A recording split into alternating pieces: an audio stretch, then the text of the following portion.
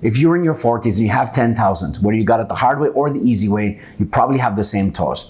How do I turn this into something meaningful? So instead of just aiming to generally grow your money, let's give it a real specific target. Let's turn your 10,000 into $100,000. And at your age, it's never been easier. So first off, why $100,000, right? It's a nice round number, but that's not why it's important. $100,000 growing at 10% will give you 10% return per year on average. So it's important because it's the point of escape velocity, where your effort is no longer the main driver. Your capital is, your money is. You might have grinded really hard for that first $10,000, but once you hit this point, then every $10,000 afterwards comes a lot easier. At this point, you'll have built up so much momentum that you're no longer pushing the boulder, right? It just sort of rolls on its own. But getting to that point is only half the battle.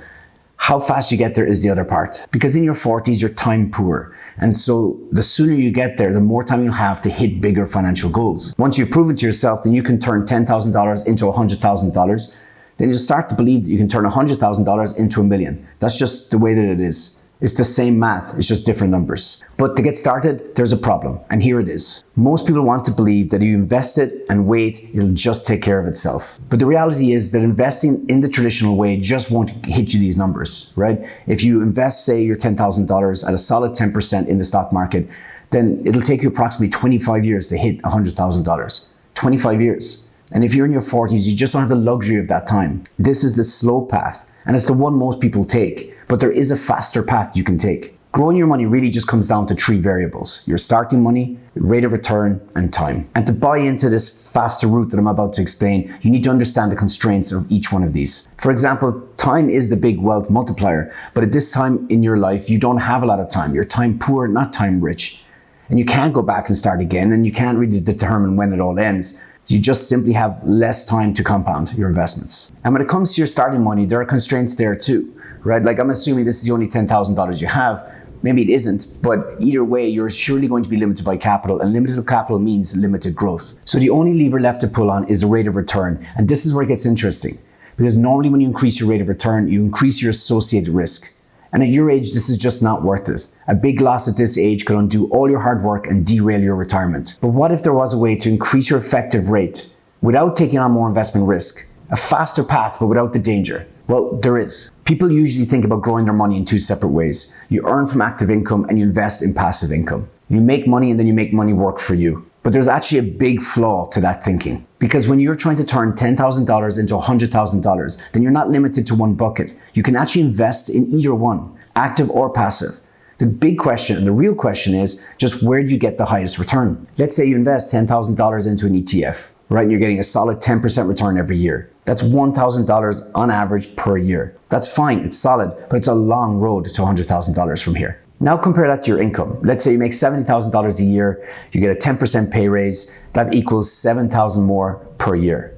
It's the same rate of return, but you're making 7 times more in absolute dollar amount. That's a big difference. And if you look at your portfolio, how long would it take for that $10,000 invested in this ETF to get you to $7,000 per year from that portfolio? It would take about 2 decades. You could possibly get a pay raise in a week. What gets in people's way here is they get emotional about their investing, and they want passive investing to do all the hard work. And I get it, passive investing is important, but it's not the first step, it's the second step. If you want to get there fast, then you just can't ignore the numbers. Investing in your active income first, and then in passive income is the sequence. It's the one with the highest return, by far. So let's say you invest $10,000 into an ETF, getting a solid 10% return. Well, then it will take you 25 years approximately to hit $100,000. On the other hand, if you prioritize the sequence that brings the highest returns, then you've got 2 steps. Step 1 is to invest in active income, and then step 2 is to take those returns and then invest them in passive income. So in this case, let's say instead of getting your $10,000 and putting it into an ETF, you take that $10,000 and invest it in upskilling. And then you get yourself a 10% raise. Now you got $7,000 extra per year to invest in passive investing.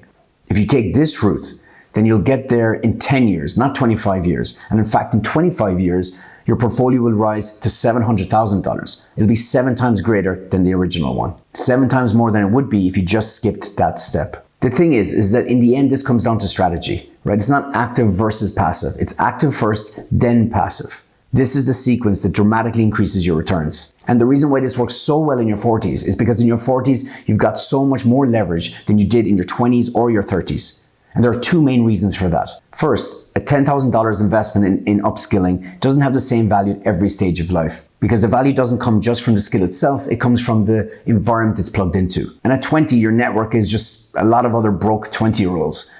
And so if you learn that high valued skill, then it takes a long time for it ever to be able to be implemented or monetized. But in your 40s, your network is fundamentally different. Right now, you probably surround yourself with people who have control over budgets, who have hiring power. And so no longer does this high valued skill just sit in your CV. It can be monetized immediately. The second reason, and this is the big one, is that you're not starting from zero. At this stage of life, you're stacking skills, right? You're adding a $10,000 layer to already 20 years of experience. And so this significantly increases the value of this investment, because the investment isn't just for the value of that skill you've just learned. It now attaches itself to all of your other experience, your industry knowledge, your current skills, your judgment, your network. And that combination is where the real value comes from. So that $10,000 isn't just buying you a new skill. In many ways, it's also unlocking the value of 2 decades you've already built. So how do you do it? How do you turn your $10,000 into $100,000 the fast way? Well, there are 4 steps, and at the end I'll show you exactly how much faster it is, but you can't make any progress unless you start with the very first step. Step 1 is to treat career skills like they're investments. Skills and qualifications are like stocks, right? There's some good investments and there's some that aren't. And what determines if they're worth it or not is their ROI. Basically, how much you return for what you invest. And you only want to invest in the ones that give you the highest return. And this is how you do that. You create a matrix with these 4 categories. Low cost, big raise. Low cost, small raise. High cost, big raise. High cost, small raise. Now make a list. List everything relevant to your career or industry, every skill you could learn, every certification, every relationship you could build. Just make an exhaustive list. Then you can categorize them. After a bit of research, weigh up how much each one would cost and realistically, how much of a pay raise you would get if you acquired it. And when you do this, what you'll find is eye-opening, because everything you list can fit into one of those 4 categories. Either there'll be a quick win, a small win, a hard win, or a pointless win. And this now is where you've done the hard work. The next step is where it pays off. Step 2, determine which skills and qualifications to invest in. Most people, especially later in life, get stuck in this pointless wins, right? They work harder, they stay later, they take on more responsibility, but none of this moves the needle forward. It's a trap, right? They look busy, but their pay never increases. Instead, shift your focus deliberately. Invest in easy wins first, the skills and qualifications that are low cost but high value. Stack small wins consistently. Again, low cost and the value of these wins accumulate. Invest strategically in hard wins. The benefits will take longer but will be bigger. And then simply just cut out the pointless ones. You do this and you're almost guaranteed to increase your salary, probably by a lot, because the stats are very clear on this. People who do professional qualifications end up earning 12 to 25% more just in the first year alone. And people who do in-house training compared to those who don't earn 15% more. If you carry through with this analysis and then invest in these skills, there's almost no version of this where you don't make more money. And then you can move on to the 3rd step, where this advantage really compounds. Step 3, exchange companies when you make more money. Different companies pay differently for the same job, and people who take advantage of this, who move companies regularly, end up earning a lot more than people who don't. I bet if you look around in your own circle, you'll see that the people who earn more are the people who do this, who change companies regularly. And it works out, because if you stay, the typical average salary increase is around maybe 3 or 5%. Whereas if you move, the typical average salary increase is about 15%. That's a big jump. And it's good news to someone who's just acquired some new skills and new qualifications. After this investment into your skills and qualifications, once you've acquired them, then you're likely driving more value at your company. You've probably already got a raise and it's already paid for itself. But once you've established that raise, once it's there, stay with it for a while, then you can change companies. And when you change companies, you can demand a salary at least as equal to that, if not higher. Doing the same job at a different company could earn you 15% higher than the higher salary you're already earning. To see this the whole way through, it will likely take months, not weeks. However, at the end of it, your salary will be much higher, and so it will seem relatively quick considering the change. And once you've done this, then you can move on to the final step, step 4. This is a real game changer. Step 4, treat all of your pay raises as cash flow investment. Wealth is simply your income minus your expenses. And so if your expenses rise with your income, then you don't increase your wealth despite earning more. The hardest thing here won't be doing the analysis. It won't be investing the skills or qualifications or doing them. It won't be getting that pay raise or exchanging the companies. The hardest thing to do will be to keep your expenses the same through this process. But that's what you'll have to do. And if you do that, you'll put yourself in an incredible position. If you do it, you'll have the opportunity that most people don't get. You'll have the opportunity to have high regular investment cash flow. That's a complete game changer. Let me show you what I mean. Let's say you make $70,000 a year and you invest $10,000 into the stock market, getting a solid 10% return. It will take you around 24 years to turn your $10,000 into $100,000. 24 years, that's a long time. That's the slow way we already spoke about. So let's now see the fast way. Let's still assume you make $70,000 and you have $10,000 to invest, but this time you invest into increasing your salary, your active income.